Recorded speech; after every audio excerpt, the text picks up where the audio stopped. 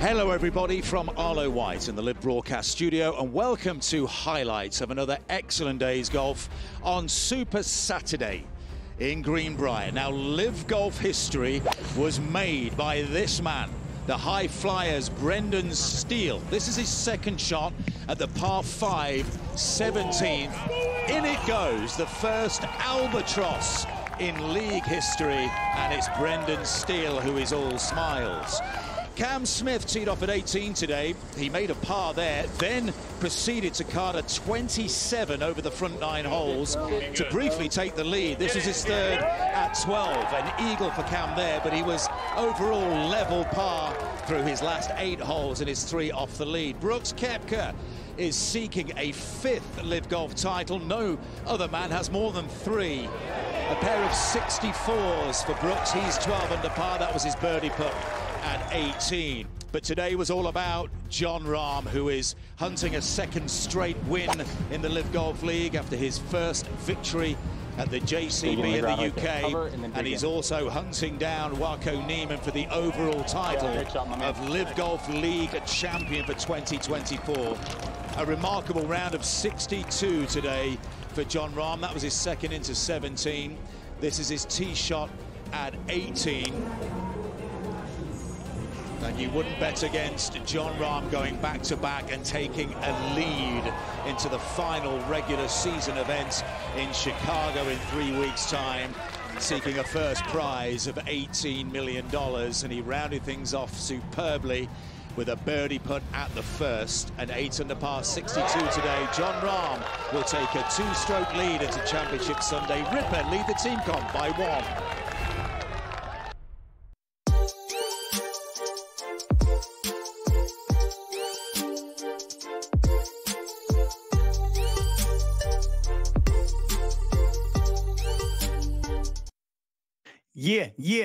Yeah. What is up, everybody? It is Kaplan and Crew with Grande and the Brown Man. It is Monday. We are just getting on to the airwaves of SportsGrid, Sirius XM, channel 159.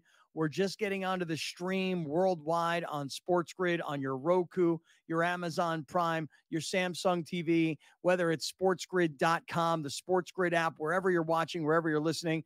To all of our people who are hardcore and they're with us every day on our YouTube channel, involved in our live YouTube chat, and to all of our audio podcasters, wherever you are, whenever you're watching and listening. Glad everybody's here. It is Monday, and I'm going to just say something right now, guys. It is 10:02 in the morning Pacific time. It is 1:02 in the afternoon East Coast time, and I'm just now coming out of a food coma from this past weekend. I was so fat and so full and so bloated and so disgusted with myself. But it's Monday. I've gone out this morning for a nice run. I've gotten some good exercise. I've had a proper protein shake, and I'm ready to work the week. I'm telling you right now, disgusting what I ate this weekend, and it stayed with me for days. In fact, it was so bad. This is a true story. It was so bad. How bad was it? It was so bad that yesterday afternoon, my girlfriend Rachel and I were out for a walk, and we happened to run into a friend of ours in front of his house. We were walking through the neighborhood, run into a friend of ours in front of his house. I go, hey, is anybody inside the house right now? He goes, no, the house is empty. Why? I go, can I just go use the restroom for a quick second? Like intimating that I was just going to pee, like, hey, can I just use the bathroom real quick? And I went into that bathroom and I was out so fast because I didn't want anybody to know that I would go into their house and drop wolf bait. You understand what I'm saying? But so I tried to make it as fast as possible, but I was worried like he was going to call me later. Like, did you just walk into my house and you just do what I think you did in my house? The answer is yes, I did. Mm-hmm. And I'm sorry. Mm-hmm. But it was still what was happening in my body from Saturday. That is why I went and used your bathroom on Sunday. Yeah. So I don't know if that's being a bad friend or what the deal is, but I'm telling you guys right now, I'm just coming out of this food coma. How about you guys? Can't relate to that. Yeah, I can't. Yeah. Can't relate to that at all. And let me tell you what happened. So my girlfriend, Rachel, she had more details. Well, she had wouldn't be a Scott Poop story without him going into very, very good detail. Yeah, but here's the thing. Rachel had her these ladies that all work for her company. Rachel has this this outsourced accounting firm, right? So if you have a company and you need a CFO, rather than hiring an in-house CFO or an accounting staff, you hire her team. And she got all these ladies, and they were all going out for like a company lunch on Saturday. So she's like, I want you to come. So of course I had to do that, right? I had to give my time to her, right? And let her know that I care about her and I care about her business and I care about her people, and I'm going to be there. We went to a restaurant in downtown San Diego called Costera. Have you guys ever been to Costera? Yes. Yeah. Okay. It's a pretty fancy place, and it's really, really nice. And the food is fantastic.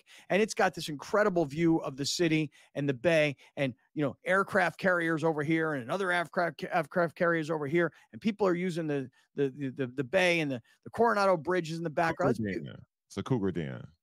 It's a cougar den? Yeah. Is it? Well, you would know. I'm telling you. I mean, yeah. I mean, you would know of all people. And they bring out these like, you know, buckets of chips, like chips and salsa, right? But they're like big, thick chips. And I don't know about you guys, like I don't ever sit down and eat an entire bag of chips. But for some reason, when they put chips and salsa on a table, I'll eat an entire basket or two. And so I just kept eating the chips and eating the chips. And then there was guacamole. And then there was ceviche. And then we still ordered. And I ordered un torta. And Rachel ordered dos tacos. And I ate everything. Una torta, sí. And I ate everything on the table, man. Everything. And I was just sick. And I went to the bathroom in the restaurant, and I actually picked up my shirt, and I looked at my fat belly. And I'm like, you're just getting fatter every day. Like, there's no hiding how fat I am, you know? So you don't fat shame yourself? I did. I fat shamed myself. That's exactly right. Would this be categorized? Eating. Would this be categorized as a complaint? How we're No, starting it's not a today's complaint. show? It's not a Oh, complaint. yeah. It's Yes, it is. No, Yeah, this is it sounds like it is. me explaining to everybody. I mean, is anybody there? Is anybody with me? Does anybody understand where I'm at? Nobody saw you eat. Nobody saw. Right. We didn't see pictures, so like we can't relate. This is just you telling us. Yeah. It's hard to be there with you. Yeah. You're complaining about having a great meal. Right. We're all at with your dinner. girlfriend. Me and Browner come on here. So like, dude, you see how much Scott ate that fat ass? Like, that's a different story. So, Yeah. like, Right. we weren't there. Right. No, I'm just telling you, man. I ate 2 baskets of chips, guacamole, ceviche. I had this torta. I had some of the tacos. I even had some kind of a dessert item. I don't know what it was exactly, like a butter cake deal or something. I would never have ordered it, but they ordered it for the table. And I have just been. How many margaritas? I only had una cerveza because I decided to take in the calories by food rather than drink. You know what I mean? Right. Right. Bro, let me just ask you a question. Go Just ahead, ask it. direct and as respectful as I possibly can. Why you keep eating the chips? I know. I Oh, couldn't. dude. I had no discipline. I can 100% relate to that because Yeah. as someone that frequents Mexican restaurants often, that is a killer. Because when I don't know if people like. There's a great bit, and I should find it. It's some online comedian was like, he did a thing on Instagram where he brought out like a stack of just tortillas, corn tortillas, and put it on the table with salsa. Like, here's your chips and salsa. And then the people on the table were like, these aren't chips. These are just tortillas. What am I going to do with a stack of tortillas? And he goes, oh, you want me to cut them up, deep fry them, bring them out, and just put it in a bowl for you? They're like, yes, please. So he goes back and comes back with a bowl of chips, same tortillas. Do we realize that we're eating a solid 15 tortillas when you're eating chips and salsa? Right. It's so Like, bad. can you imagine someone putting 15 tortillas in front of you and you just start going at them? Right. And now you're But eating. Now you're eating them, and frying. You salt Yeah. them. Right. Can't stop. Right. Can't stop. Can't Addicted. stop. Can't stop. Yeah. But I don't think and you know which place here locally is the one that always gets me? On the border. On the border, because they give you a chip the size of half a tortilla. Yeah. And I don't like that. Right, Because I now I know. can see what I'm eating. Right. I know. can see that I'm literally, if I eat 2 of these chips, that's 1 tortilla. Dude, I'm telling you right now, I ate every bit of 15 tortillas. And the thing is, here's one of my biggest problems. You know what I did? I'll be honest with you. You know what I did? I hit Tory Holistics before I went to this lunch. Oh, there you go. So now I've got no discipline whatsoever. You know what I Yeah. mean? I'm high AF. Mm-hmm. You know, and now they got Nasty they get those chips in front of me. Forget it. I got no You willpower. gotta get that. You gotta get that THCV, the one that cuts out the snacking or whatever, the cravings. Okay. Buddy out here high as a kite eating chips at a lunch. Dude. You set yourself up. You set yourself up. I know. Set myself up for massive failure. Massive. Honestly, though, I'm very proud of you that you didn't have an accident in your pants. No, I did not. I did not have an accident, but I'm telling you right now, Sunday morning, I'm like, I got to get it all out somehow. Mm-hmm. And then by like middle of the afternoon, we were out in the middle of a nice walk, and the exercise is helping motivate and move, you know? And I'm telling you, we ran by this friend of ours' house. Hey, how you doing, man? Oh, hey, good to see you. Good to see you. Right. Hey, man, do you mind if I run in real quick, hit the bathroom? Yeah, no problem. Go ahead. I go in and I'm looking at my clock. I'm like, this has to be done in 60 seconds. So they just think I peed. They don't think that I did something else in their house. And I was as fast as could possibly be, you know? Mm-hmm. But I was like, wow, I just did. I mean, I wouldn't have been happy if he did what I did if he did it in my house, what I did in his house. I wouldn't have been happy. He didn't call you out? No, and I thought he was going to. I thought because you know what else this guy did? He said to me, because he has this Jeep in his garage, a convertible Jeep. And he goes, you like this Jeep? I go, yeah. He goes, you guys should go out for a ride and drive around. We took that Jeep for like the next 6 hours of the day. Nice. You just took advantage of your friend's toilet and his gratitude. And right. He was generous with his Jeep and generous with his bathroom. Put gas back in it? I filled it up with gas, Browner. Respect. Filled it up with gas because it was empty. So once he gave it to me, I filled it up with gas. All right, we are officially underway. We are in the 7 Mile Casino studios, 7milecasino.com. Coming up, lots of NFL, starting quarterbacks being named around the league. We're going to get to that story. Also, a ton of baseball because of what happened this weekend in the NL West race. We'll get there to get things started next.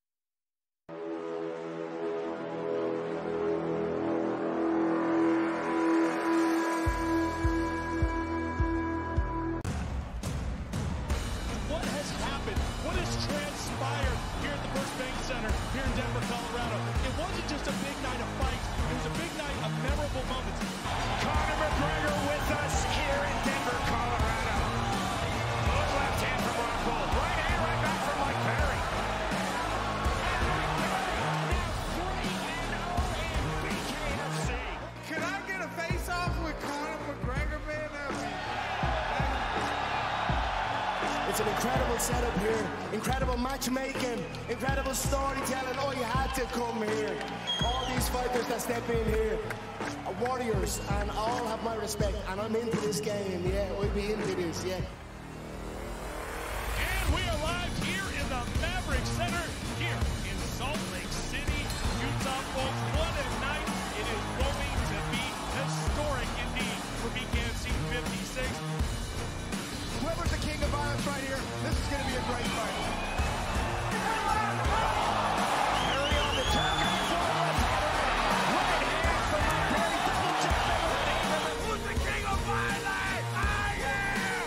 Combat fighting in its purest form, bare knuckle fighting in the city of angels. 80 seconds remaining.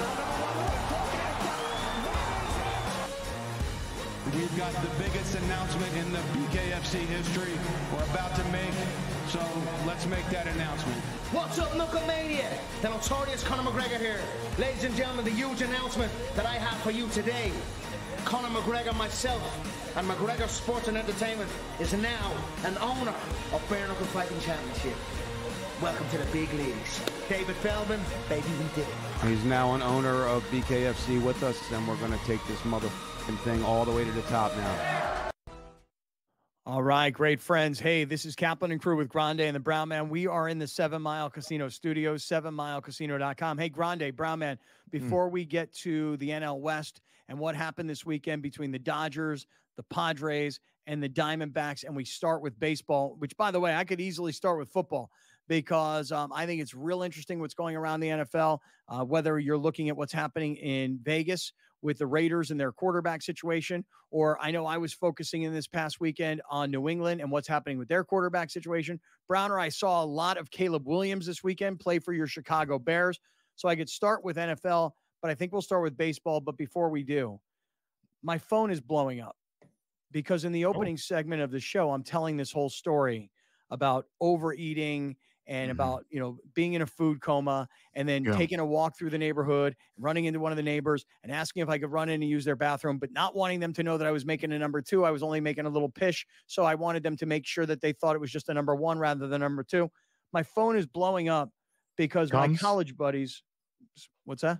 Is Tums on the line? They want to sponsor you now? Tums is not on the line. No, neither is Pepto-Bismol. No. All right. Imodium? No Imodium. Rolaids? No. I was thinking more like, Depends undergarments would be something that might want to sponsor, or Dude Wipes. I was watching last night, there was a lot of Depends commercials happening, so they're out there. Yeah. My phone is blowing up. My college buddies, I have a group chat with all my college buddies, and the little dude says, I'm sitting here doing work and I'm depressed about how the summer is quickly approaching. And then it goes on and on and on, because then Spence B jumps in and he's like, well, I got Kaplan right now on SportsGrid. And then the little dude says, yeah, he's walking around his neighborhood clogging toilets. And then now they're telling stories. We're in a group chat here with my college buddies, and they're telling stories. Spence B's telling the story about this time where I busted into their dorm room and he's sitting on the can. I'm like, Spence, you got to get off the toilet. I got to get on that toilet. He's like, no, man, I live here. This is my toilet. I'm not getting off this toilet for you. I'm like, okay. So I told him it was an emergency situation. I grabbed like one of the little garbage cans from the dorm room. I put it in their bathtub, and I sat down on the bathtub to like do the business in the can in the college stuff, Gross. And he was like, you're disgusting. You're an animal. I'll get up. I'll leave. And so now all my college buddies, Spence B, the little dude, the big dude, Goys, Goldstein, everybody's in the group chat right now talking about those days of the things that I was doing this past weekend in my neighbor's house, but I was doing in the dorm 30 years ago. So you mean to tell me Buddy snapped one off early for you so you could sit on the warm toilet that he already heated up? He did me the favor. He did me the solid. Wow. For the SportsGrid audience, let's do this right now. Let's set a future. Will Scott have an accident, number 2 accident, for the remainder of 2024? Yes or no? I say the odds are very much yes. Because you're running now. Because you're running, not on the show, just in life. Because you're running again.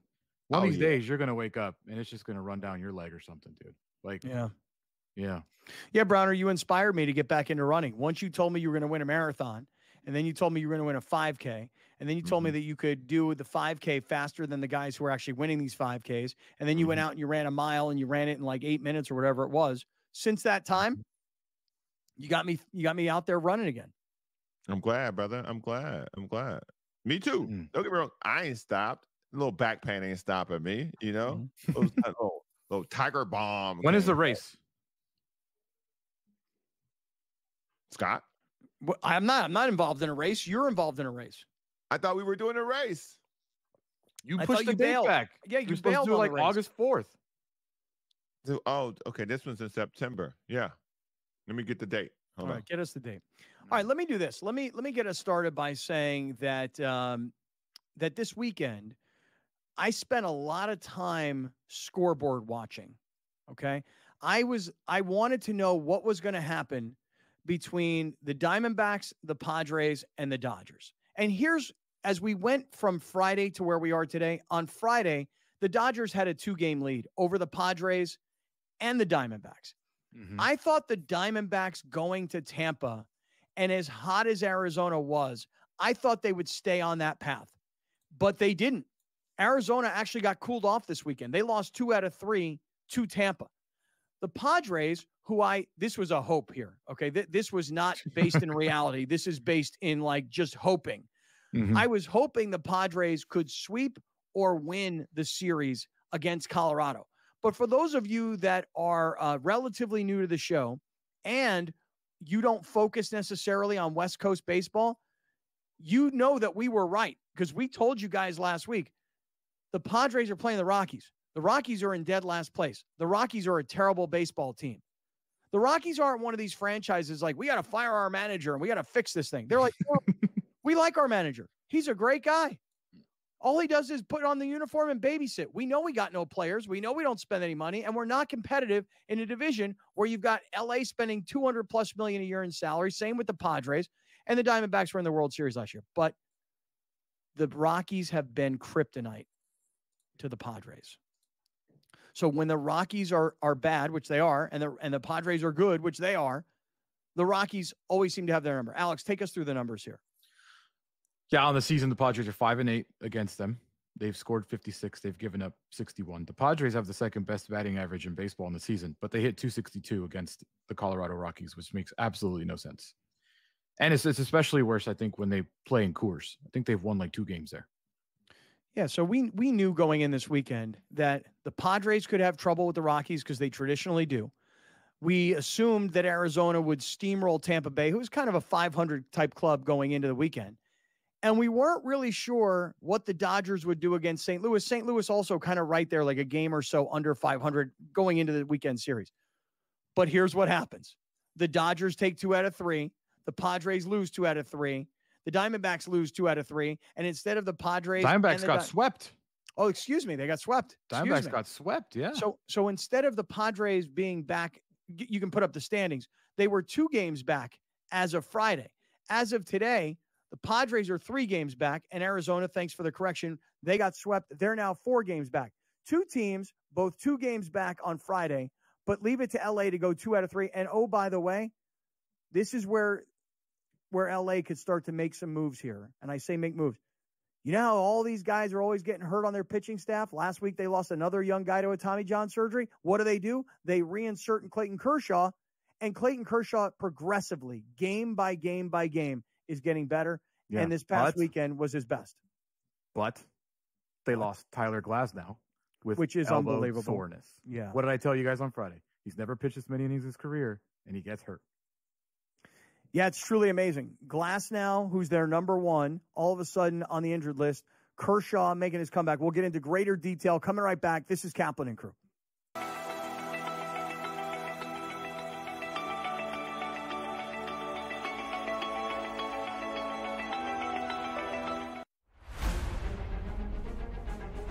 Hello everybody from Arlo White in the Live Broadcast Studio, and welcome to highlights of another excellent day's golf on Super Saturday in Greenbrier. Now, Live Golf history was made by this man, the high flyers Brendan Steele. This is his second shot at the par 5 17th. In it goes, the first albatross in league history, and it's Brendan Steele who is all smiles.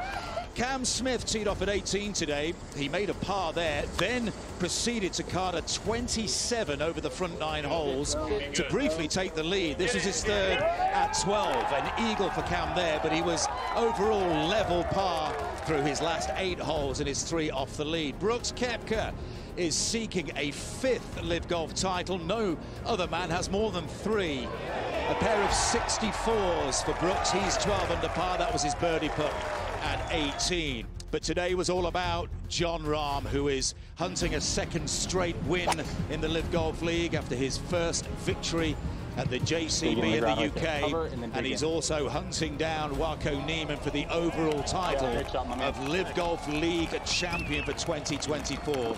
A remarkable round of 62 today for Jon Rahm. That was his 2nd into 17. This is his tee shot at 18. And you wouldn't bet against Jon Rahm going back-to-back and taking a lead into the final regular season event in Chicago in 3 weeks' time, seeking a first prize of $18 million. And he rounded things off superbly with a birdie putt at the first, an 8 under par 62 today. Jon Rahm will take a 2-stroke lead into Championship Sunday. Ripper lead the team comp by 1. All right, guys, this is Kaplan and Crew with Grande and the Brown Man. This segment is being brought to us by our friends at Life Brew Coffee, L-Y-F-E, lifebrew.com. You save 30% when you use our discount code GREATFRIENDS. And since I started the show today talking about stomach-related issues, I can just tell you this right now. The King Trumpet mushroom in the Life Brew Coffee reduces inflammation in the body. The turkey tail is a great source of antioxidants and supports gut health. Supports gut health. You hearing me? The lion's mane supports memory, focus, nerve regeneration. Shiitake mushroom, a great source of vitamin B. You can get it caffeinated or decaffeinated. And my man, Brett Weiss, right here in San Diego, when he sends you out this Life Brew coffee, he always throws in a whole bunch of little goodies for you. So take that 30% off, use our code GREATFRIENDS, and check out Life brew mushroom coffee. All right, Grande Brown Man, I'm sort of rambling here. Jump in. The weekend around the NL West with the Padres losing 2 out of 3, with Tampa sweeping Arizona, with the Dodgers taking 2 out of 3. The Dodgers expanded their lead over the Padres by a game. They expanded their lead over Arizona by 2 games. Arizona got cooled off. The Padres got cooled off. The Dodgers get a great pitching performance out of Kershaw, but as you mentioned, Alex, Tyler Glasnow goes on the injured list. So give me some feedback as to where we stand. Feedback for me, the biggest takeaway for me was the Diamondbacks are beatable. Like, that didn't seem possible for a while. To see them get swept is a big deal. Ketel Marte re-injured his ankle. That dude is like MVP numbers. So if he's out for they've been trying to like slot him back in, and he just keeps getting hurt. So he might go on the IL. Tyler Glasnow, to me, is the biggest story of the weekend. And it's not even close. Because now you have to bring Bobby Miller back up, who had like a 7 or 8 ERA before he got sent down to AAA. And when you start hearing elbow for a pitcher that's been historically injured, who's coming off Tommy John, I think once or twice, like, that's a big deal. He's their best pitcher, and that's just a giant, giant red flag for me. I think that leaves the Dodgers, that pitching staff, it leaves it open. I know it wasn't the best weekend for the Padres, but it leaves it open, in my opinion, because of the injury to Tyler Glasnow. The biggest story of the weekend is the Padres losing to the Rockies, not because we're surprised by it, but because that's the first series they've dropped since early July. Your San Diego Padres, that's the first series they've dropped since early July. And damn it, why did it have to be the Rockies? Why? Like, why, man? Why? Can you imagine if 2 of the 3 of those, you win those, and then you come back down to 2.5? Now we talking. Because I told y'all Tampa Bay's good, and I told y'all that the Dodgers going to figure something out. Because, again, they win. They're well-ran. They can find guys who step in and pull their weight. So the situation you are in Colorado, you got to win 2 of those 3. You can't walk out with one in your hat, man. You can't. You just can't. Yeah, and it doesn't get easier because the Twins are coming into town. The Twins are a 70-win team as well. So Twins are great. Like last week we talked about how Jeff Passan said the Dodgers are going to pull away, and in baseball we know how momentum works, man. When you're a hot ass team and you're coming back in every 9th inning, it wasn't like the Padres have been destroying teams. They've been having to claw their way into late situation victories, and if the tides stop turning their way, and they start losing games, it's a very well possibility that this division goes out the window, and then you're back in a wild card chase. Because right now you're the top wild card spot, which is nice, but you're playing the Twins. They're a very good team. You lose 2 of 3 against them, who knows where you are come Thursday. Yeah, but it is interesting, though, because the Dodgers take on the Mariners, and that series starts tonight. But when you have Kershaw making his comeback and showing the sort of improvement that he is with every start, and then you say, okay, well, wait a second. The Dodgers had just traded for a starting pitcher of Flaherty. They have Glass now. Kershaw's making his comeback. We're still not sure about Buehler yet. We're not sure about when Yamamoto's going to come back. I mean, all of these things could happen, but nobody really had on their radar Glass now, who, by the way, we should have because he's been on the injured list before the All-Star break. And like you said, he's pitched more innings so far this year than he ever has in his career in the past, and he has had injuries to deal with. So the Dodgers, as Browner points out, they just keep finding ways to win. And that stretch that we talked about the Padres, how it was an easy stretch. Well, they took advantage of that stretch as a whole. Yeah, they lost the series to the Rockies, but the Pirates series, they swept everyone. The Marlins, they did well. They even beat the Rockies when they were in San Diego. But now it's Twins, Mets at St. Louis. So now it's a difficult stretch on the roster. Like I said, come August 31st, where are you at? You used the games that you had to get back into play, to get back into contention, to have a strong end of the season, to get to this point and to be competitive. And that's what those games were for. Yeah. And at least the Padres, I mean, you talk about guys coming back. I mean, JD Ocampo's mentioning it in our live YouTube chat. Musgrove's back. So, hey, stick around. Let's get to the NFL.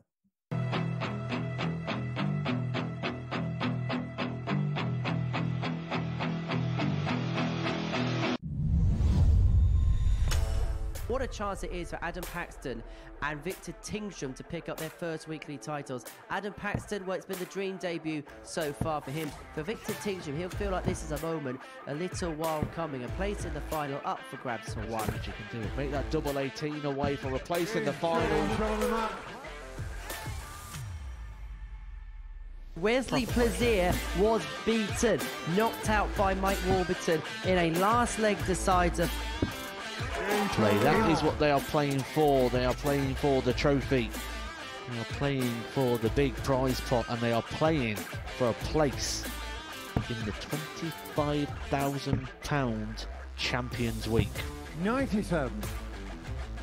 There is a point you feel that reality will surely kick in for Adam Paxton. He's here on debut. He watches the Super Series almost every single week. He was happy just to be playing in a group. This could be the leg that we talk about at the end of the night as being the one that changed the final, because Adam Paxton has just gone cold at the moment.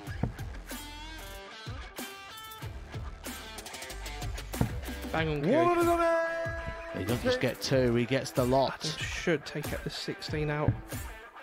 If not, Mike's just behind him. Shot on the fifth leg.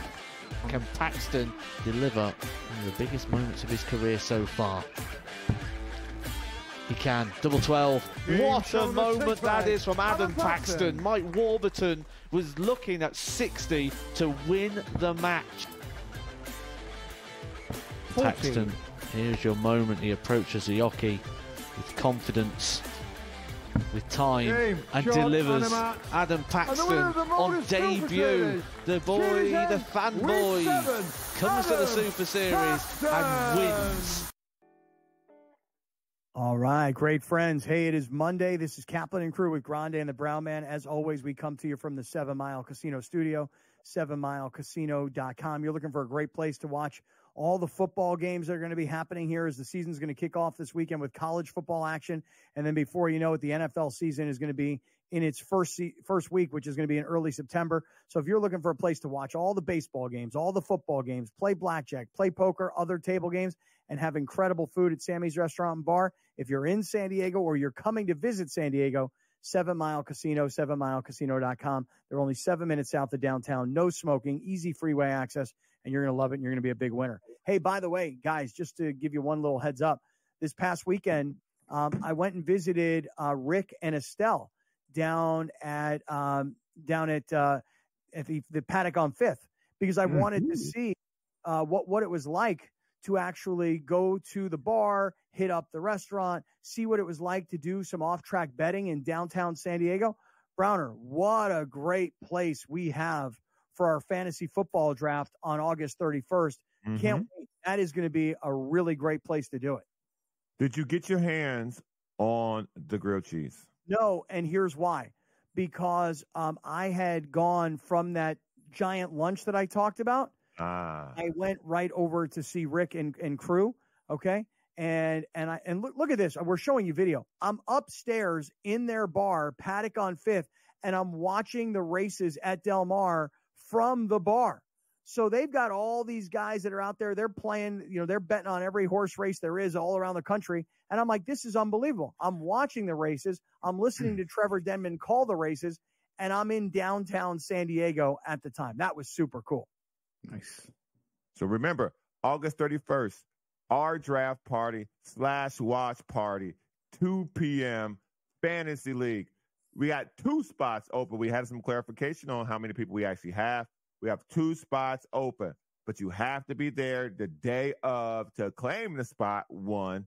And 2, if the flow is so large, we'll have 2 leagues. We'll have 2 leagues.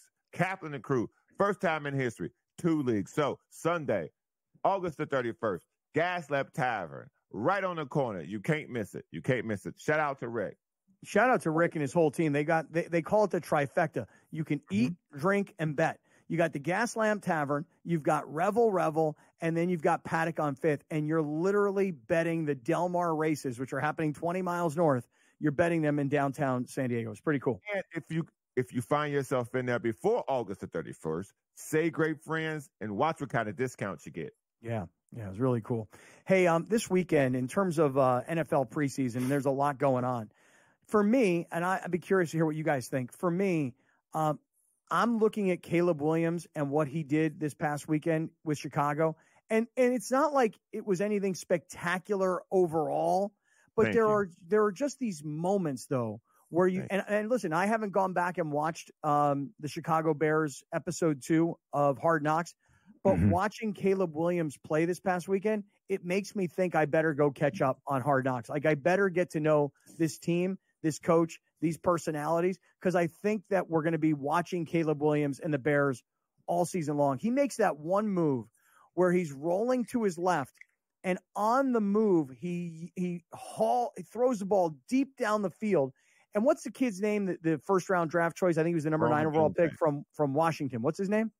Roma Dunze. He makes a spectacular catch. So Caleb is on the move to his left, throws a bomb down the field. Odunze brings it in, and you're looking at that and you're going, these are 2 first-round picks. They're both rookies, and that's what the future could potentially look like. So that was one of the stories from the preseason that I looked at this weekend. Now, Alex, you're making a funny face because I'm making a face because I'm looking at Browner. Browner, you're not loving what I saw out of your Bears this weekend?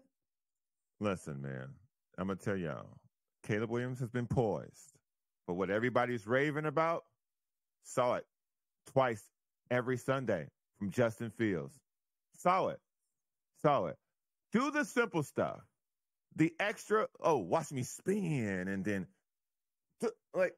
cool, bro. You can do that. Can you throw on time? Because the other guy couldn't. And that's why he plays in Pittsburgh. Like, he was faster, bigger, stronger, but he couldn't throw on time. You're supposed to be able to do that. Show me that. I seen this other stuff. I seen it. Because the first quarter and a half, he was awful. And so he did these 3 plays that got everybody going crazy. That's right. But I seen that. We got rid of the other guy because he was doing that too much. Throw the ball on time. That's going to be impressive to me. Go 8 for 9 like Bo Nix did. That'll be impressive to me because I seen the other thing. Justin Fields was doing that in Pittsburgh this weekend. I seen that before. There's someone actually put a clip. Bryce Young last year in the preseason for the Panthers did the exact same play, and they put it together, and they're like, let's remember what we're watching. Mm-hmm. And that's what I've been trying to tell you guys, you jokers over here overreacting to preseason. Let's just remember what we're watching. Patrick Mahomes threw a behind-the-back pass to Travis Kelce this weekend. Which was crazy. He'll do that in the regular season. Right. Because we know he can do that in the regular season. So I almost feel like, well, number one, I have FOMO now because I'm watching all these rookie quarterbacks ball out in the preseason and mine's in the hospital with no knee. So, first of all. Secondly, though, I love it. These are why these drafts are the best. These drafts being the ones with quarterbacks at the top. Because now we get something to watch all year long. Which one of these kids, because they're kids, is going to take the lead and be a real good quarterback? Because nobody had, at least I didn't, C.J. Stroud becoming like the guy last year. Like, is one of these kids going to do it? Or are they all going to suck? Are they all going to be average? Is it going to be a mix? Because Bo Nix going to be the starter in Denver. There's no reason Zach Wilson should see the field as Bo Nix is healthy. Jaden Daniels going to be the starter in Washington. Yes. Obviously, Caleb's going to be the starter in Chicago. Yes. And whatever, JJ's gone. So I just think it's going to be. But wait, I'm also going to ask this question because I don't have the guts to actually. Don't be shocked if Michael Penix Jr. plays. Oh, I'll be shocked if that happens. Yeah, I'd be shocked too. I'll be shocked if that happens. Too much money. Well, if Cousins is hurt, if Cousins is hurt for sure, that's different. But I'm saying. That's not mean by that. Yeah. Here's another one. Drake May in New England. I don't have the guts to ask my boy Alex if hey, what do you think? But I watched that game last week, and I don't remember if it was on Thursday or Friday. But Jacoby Brissett. We talked about it Friday. Jacoby Brissett threw an interception in the end zone, which is not something you necessarily expect from a veteran quarterback. But on the other hand, I saw Daniel Jones of the Giants this weekend getting like a defensive lineman like draped around his legs in his end zone. And instead of throwing the ball out of bounds to get rid of the ball, dude just throws the ball to a defender who walks in for a pick six. Like, that's your quarterback of the New York Giants? Yeah. So, yeah. No, but like, if you look around, right, like we could easily come on here. And if you look around the NFL and who's playing and who's not playing, dude, Nick Mullins for the Vikings looks great. He ain't going to play. You know, Easton Stick of the Chargers looked terrible. He ain't going to play. You know, like, so it's just like like Stetson Bennett, you think he's going to play 4 quarters for the Rams? Like, no. Like, so it's just like, what are we really watching? How much can we really take from it? I think what Browner is absolutely correct, and I 100% agree with you. I'd much rather my rookie quarterback be able to throw a 10-yard curl than run to my left and chuck it 60 yards to like the miraculous is miraculous every now and then, but I need you to do the basics. I need you to show me the stuff. In the preseason against the third team defense that most of those dudes won't even be in the league in 2 weeks. I was telling you guys with Joe Milton, it's like, dude, he's doing it against guys that won't be in the league come September 5th. You know what I mean? Like, but we're talking about like Caleb Williams, for example, and making a spectacular play. And then we're talking about Bo Nix being very consistent, you know? And so on one hand, you're like, okay, well, this guy can't do X, Y, and Z. And then we look at the other guy and we go, look how good he is, look how solid he is. But shouldn't we just be like weighing it all based on preseason? Or like, should we because Bo Nix, I'll tell you right now, I'm super impressed, but it is just preseason. Right. And they crushed the Packers. I was impressed by Bo Nix's ability to get rid of the ball, to know where he needs to go. But he was also the oldest quarterback of the group with the most stars. So, yeah. Well, let me do this. Let me say that as we start talking NFL, the Raiders have made a decision on their starting quarterback. We'll get to that story. This is Kaplan and Crew with Grande and the Brown Man from the 7 Mile Casino Studios.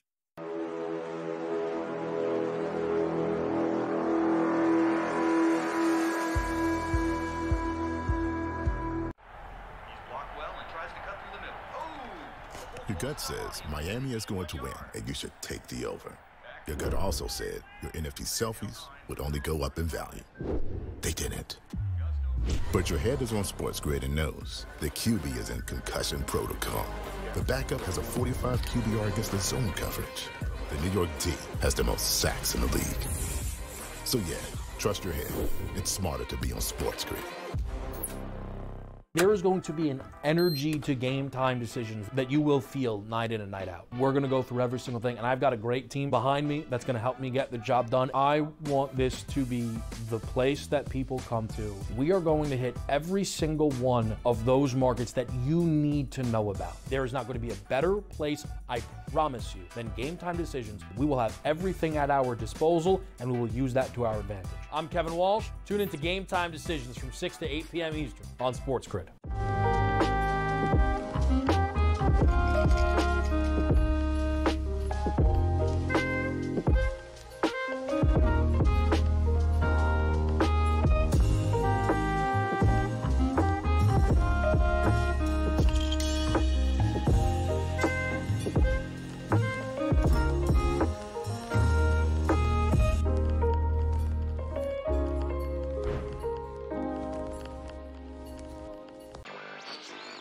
One change in the legislature in Missouri is that this guy who's just totally against sports betting there is not going away. This has been in progress since last fall. They got 300 and some thousand signatures. All they needed was 170, but those were all certified by local election boards. That had to be done by earlier this month. By tomorrow, the Secretary of State has to verify all those signatures. Newswire, only on SportsGrid. All right, great friends. Hey, this past weekend, you guys will love this. I told you the story. I was having lunch with my girlfriend and all these women who work for her company. And after the lunch, we went outside and we were taking pictures because the city skyline was right behind us. And Alex, I was rocking these new blenders right here. And this one girl goes like this to me. She goes, "Are those blenders you're wearing?" And I said, "Yeah." It seems it's kind of a weird thing. Like when you wear blenders sunglasses, everybody sort of notices. Like I've never had anybody say to me, "Yo, are those some Ray-Bans you're rocking?" Or, "Hey, are those some Maui Jims that you're wearing over there?" But for some reason, I don't know, maybe it's just a San Diego thing that when you're wearing blenders, people notice them and then comment on them. Maybe it's because, like, it's a hometown company that has expanded worldwide and has become this major international brand. Coach Prime at Colorado, the Red Bull racing team of F1. But she said to me, she goes, "Are those blenders?" I said, "Yeah." She goes, "Those are awesome." I'm like, "Thanks." And she's like, my husband is like the biggest fan of the Kaplan and Crew show. He's been listening for like 20 years. She's like, "I got to get him a pair of those." I'm like, "Well, don't forget to use our promo code, which is Kaplan, and you save 20% on all of your blenders eyewear." So whether you're in San Diego, LA, or anywhere around the country, blenderseyewear.com, fashionable frames, polarized lenses, really good looking glasses, and so inexpensive you're going to want to buy more than one pair. 20% off when using our code Kaplan. How about that? How about that? I think I sold like 5 pairs this weekend to the Bullocks.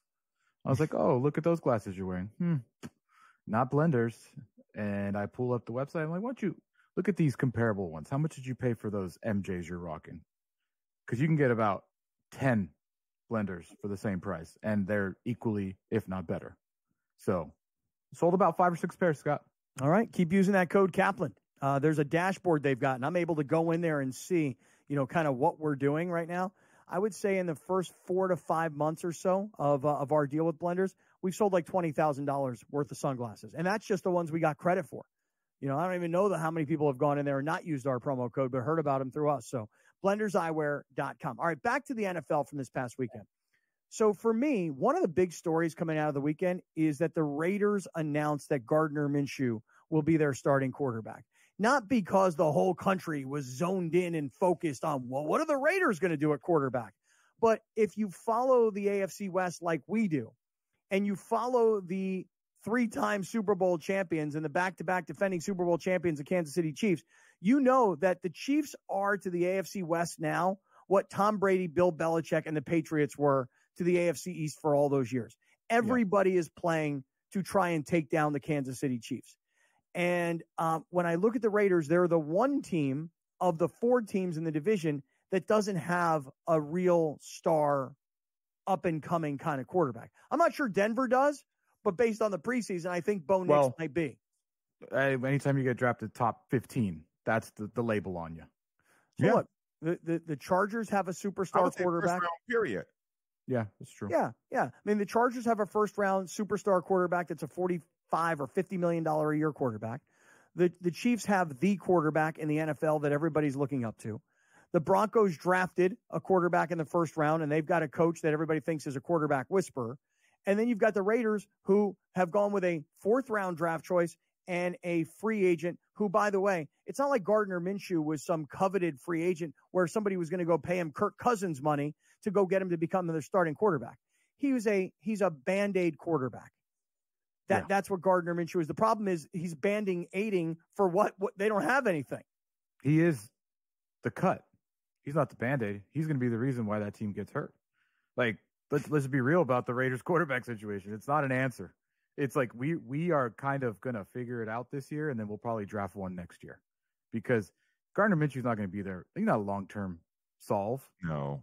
Neither's Aiden O'Connell, and they know that. No. And if you listen to Antonio Pierce after the game, no one's gone out there and got this job and made it theirs. You're not going to sit $25 million for Aiden O'Connell. That's just the economic contract that Gardner Minshew got is why he's the starter. Not because he's better or not because he's got the job. He didn't win the job. His contract won him the job. Economics. Okay? We can't cut him because to play Aiden O'Connell. So we got to play him because he's making too much money not to play him. In addition to that, this is why I think the quarterback market of what happens when the starters are announced is very important. It's very, very important because there's going to be some guys cut from the quarterback position, more younger guys that the Raiders should absolutely be interested in. So I don't know what direction that they're planning on going if Aiden O'Connell is their young guy. But what I know about Antonio Pierce, he's trying to win now. He ain't worried about tomorrow. He's trying to win now. And so I don't necessarily think that this is the best cocktail for that. They're going to be in the business for another quarterback. They're going to win ugly, and they're going to win with defense. Real ugly. But I would just say this. They were winning ugly last year. Browner, if you've got a name that's out there that you think is like somebody that's going to get cut that the Raiders should be looking at, I'd love to like hear a name and consider it. Like, I'll just use a name for example. Russell Wilson. Okay, now if Russell Wilson were to get cut by the Steelers early, I'm talking like before the regular season starts. If I'm the Raiders, absolutely, I'd love to have a Russell Wilson in my building. I'd love to get him up to speed, and I would think that Russell Wilson would be better than Gardner Minshew and Aiden O'Connell. Yes, I agree. Mitch Trubisky in Buffalo. No. And again, definitely not. Candidates. Okay, Kenny Pickett. Right. Kenny Pickett in Philadelphia. Absolutely not. Another option. Absolutely not. He was nice last year. No. I'm just telling you right now. I'm the question. I'm just immediately giving you my first response. If you told me this person is going to be cut and this person is going to be better than Gardner Minshew, if you give me Russell Wilson, check. If you give me Kenny Pickett, no. If you give me Zach Wilson in Denver, no, absolutely not. Who else? See, Jimmy Garoppolo from the Rams. Absolutely not. No chance. No chance. For me, and this is just me, I would look at Zach Wilson because he's not going to play in Denver. And of all the quarterbacks that could have a phone call be picked up and accepted, Zach Wilson has the most upside. It's about getting him in an environment with a staff that wants to make the best out of his skill set. But what I tell you about their offensive coordinator? Dog poo. Who's? No good. Who's? Suda. Who? Trash, baby. The Raiders offensive coordinator. Oh, I had no idea I didn't know who you were talking about. I thought you were talking about the Broncos offensive coordinator. Are we judging him on preseason?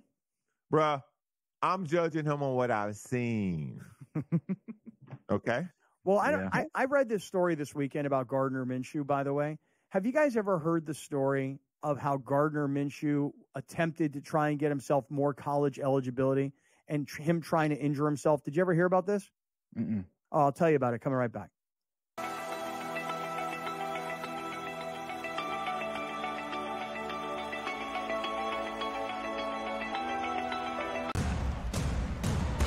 What has happened?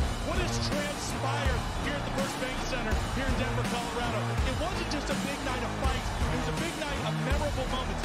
Conor McGregor with us here in Denver, Colorado. Good left hand from Rockhold. Right hand, right back from Mike Perry. Now 3-0 in BKFC. Could I get a face-off with Conor McGregor, man? It's an incredible setup here, incredible matchmaking, incredible storytelling. Oh, you had to come here. All these fighters that step in here are warriors, and all have my respect. And I'm into this game, yeah. We'll be into this, yeah. And we are live here in the Maverick Center here in Salt Lake City, Utah, folks. What a night. It is going to be historic indeed for BKFC 56. Whoever's the king of violence right here, this is going to be a great fight.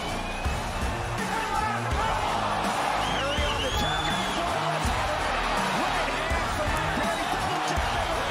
Who's the king of violence? I am! Combat fighting in its purest form, bare knuckle fighting in the city of angels. 80 seconds remaining. We've got the biggest announcement in the BKFC history we're about to make, so let's make that announcement.